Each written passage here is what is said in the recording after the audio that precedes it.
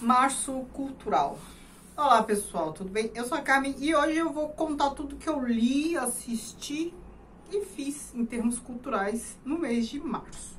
Já adianto que eu não fiz muita coisa, assim como no mês passado e assim como será também neste mês de abril, ou seja, no próximo mês, em maio, virei aqui para falar que abril também não rendeu, porque tô assim nos últimos tempos, tô envolvida com outros projetos, enfim, tô com mais afazeres e não tá dando. Então eu tô fazendo o máximo que eu consigo, mas eu sei que esse máximo é pouco em termos de volume de leitura.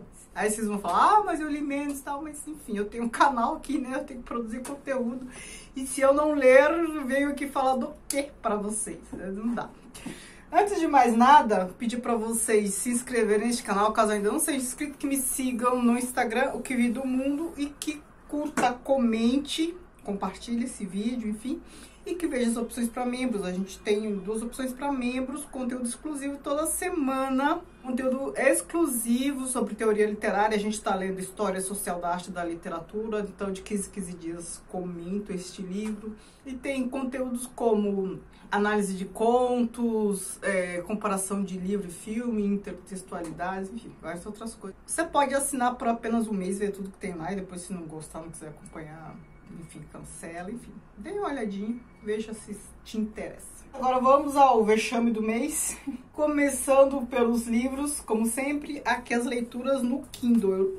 O primeiro que eu li aqui foi A Vida Mentirosa dos Adultos, da Helena Ferrante. Conta a história de um adolescente, houve uma conversa lá dos pais e começa a ficar toda grilada, né, a respeito de uma tia dela, que é irmã do pai. Ela quer conhecer essa tia, porque essa tia não se dá bem com os pais dela e tal. E aí ela pede pra conhecer, conhece, e a tia dela é bem venenosa, é bem pimentinha e tal, e começa a colocar coisas na cabeça dela, e ela já começa a observar mais os pais. Ela percebe que a vida dos pais dela não é assim a maravilha aquela pessoa que fosse. Isso causa uma cisão, um acontecimento lá, causa uma cisão assim na vida dela, e aí ela enfrenta todos os problemas da idade, ela tem acho que 15, 16 anos, com esses acontecimentos familiares. Então, é bem no estilo de Helena Ferrante, né? Uma história feminina, bem intimista, de uma mulher moderna, contemporânea, que faz o que acha melhor de si. Com seus conflitos todos, mas com uma certa autonomia e liberdade de ação. É uma garota que faz o que acha que tem que fazer. Então. O outro livro que eu li aqui foi O Acontecimento, da Annie Ernaux, que é aquela escritora francesa que ganhou o Nobel no ano passado. Eu já li um livro dela, O Lugar, e disse que deveria ler mais uma obra dela, pelo menos, para ter uma opinião formada. E eu gostei mais deste O Acontecimento do que do outro, inclusive. Aqui também é mais ou menos o que eu falei para este livro da Helena Ferrante, né, sobre a personagem, se uma mulher feminina faz o que quer de si, serve também para esse. Aqui é uma história autobiográfica, um acontecimento que se passa na década de 60, de uma universitária, né, que se é autobiográfico, então é a própria, a gente entende que é a própria Annie, e aí a gente percebe claramente que são memórias, assim. Essa jovem universitária, essa adolescente, ela é engravida, né? Então começa com ela percebendo a gravidez, a história toda, né? Tudo que se passa ali é ela tentando fazer o aborto, né? Buscando referências e tal, contando um pouco da vida dela. Talvez eu faça um vídeo sobre este livro, que eu achei interessante. E o último que eu li aqui foi A Revolução Coreana, do Vincentini. Ele é um dos autores, tem mais 2 autores. Sobre este livro eu vou fazer o vídeo porque eu já prometi para vocês, né? Eu tô ainda na função de aprender mais sobre a história da Coreia, por meio não só dos doramas, mas também de leitura. E então eu terminei esse livro, vou fazer o vídeo. E o que eu gostei bastante desse livro, que eu aprendi muita coisa, porque ele acaba, como eu disse no vídeo passado, né, quando eu falei que estava lendo isso aqui, no vídeo passado que eu digo assim, leituras do mês passado, né, de fevereiro. Ele conta a história da Coreia, né, conta a história da Coreia desde antes da guerra, a dinastia Joseon e tal, antes, durante e depois da guerra. Então ele conta a história da Coreia, considerando o sul e do norte, até os dias atuais. Dias atuais, assim, os anos 2014, mais ou menos, que acho que ele para por aqui. E a gente acaba tendo uma visão bem abrangente.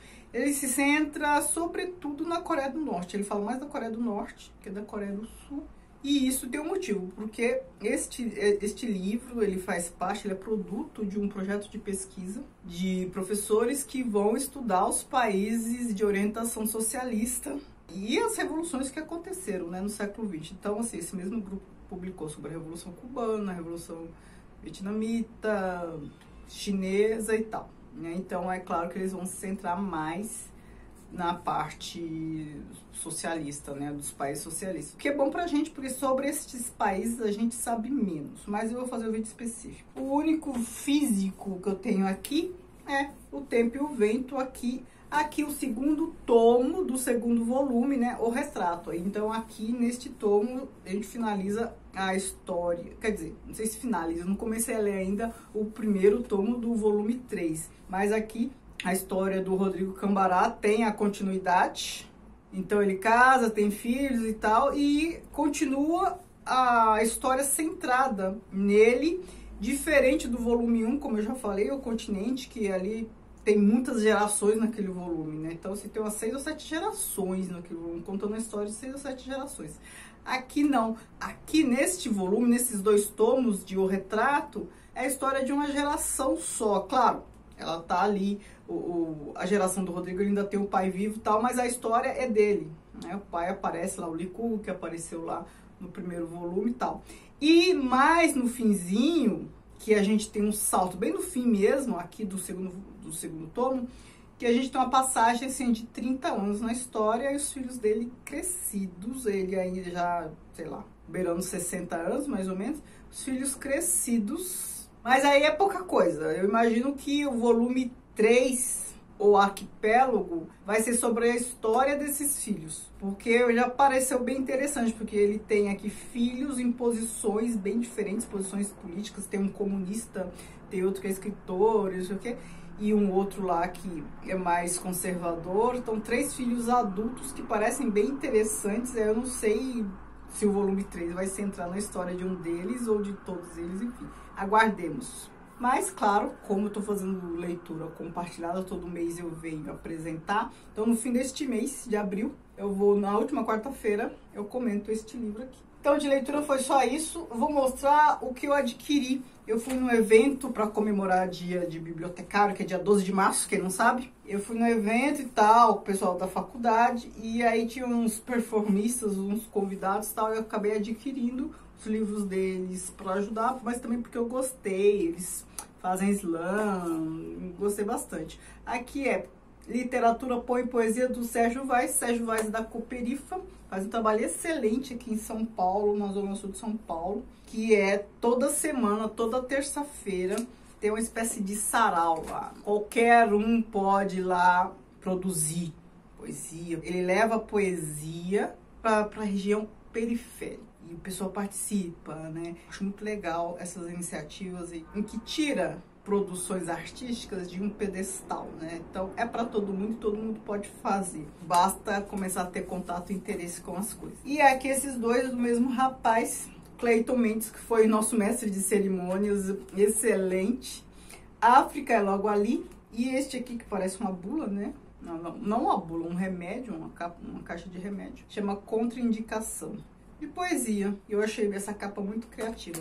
Não li ainda, né? Numas sentadinhas a gente lê principalmente esse, mas eu ainda, para vocês verem como meu tempo está escasso, mas vou ler em breve. E agora vamos ao que eu assisti. Eu só assisti coisa na Netflix. Só assisti série coreana, que eu só não vou comentá-la, só vou citar o que eu assisti. Eu assisti um filme na Netflix. Então, séries. Eu assisti My Mister, que é uma das melhores que eu assisti. Lembram que eu vou fazer um vídeo indicando séries coreanas, que ajudam a entender a história da Coreia, a cultura coreana, e também depois vou falar quais as preferidas de todas que eu já vi. Essa com certeza é uma das top 3, pelo menos. Não que eu vá ranquear, hein? É uma temporada, 16 episódios. Tomorrow, uma temporada, 16 episódios também. Hiena, uma temporada de 16 episódios. Signal, uma temporada de 16 episódios. Signal também é muito boa, ela vai entrar pra lista. Hiena também gostei, mas não tanto quanto as outras duas. Tomorrow não é bem meu estilo, mas é boa também. A Lição, que é uma recente, né, que teve a primeira parte em dezembro e a segunda parte agora, um sucesso aí que eu gostei também. Nosso Eterno Verão, uma temporada de 16 episódios. Ventos de Inverno, uma temporada de 16 episódios. É uma série de uns 10 anos atrás, ok, boa. E o filme que eu vi também é um filme antigo, que é Desejo e Reparação. É aquele filme de 2005, parece, baseado no livro do Ian McEwan, Reparação. É um livro que eu adoro, gostei bastante do filme também.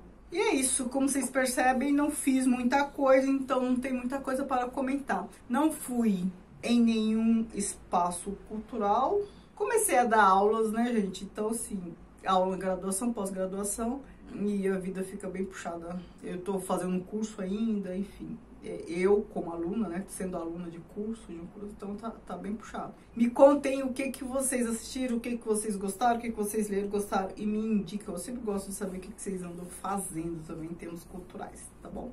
Muito obrigada, beijos e tchau, tchau.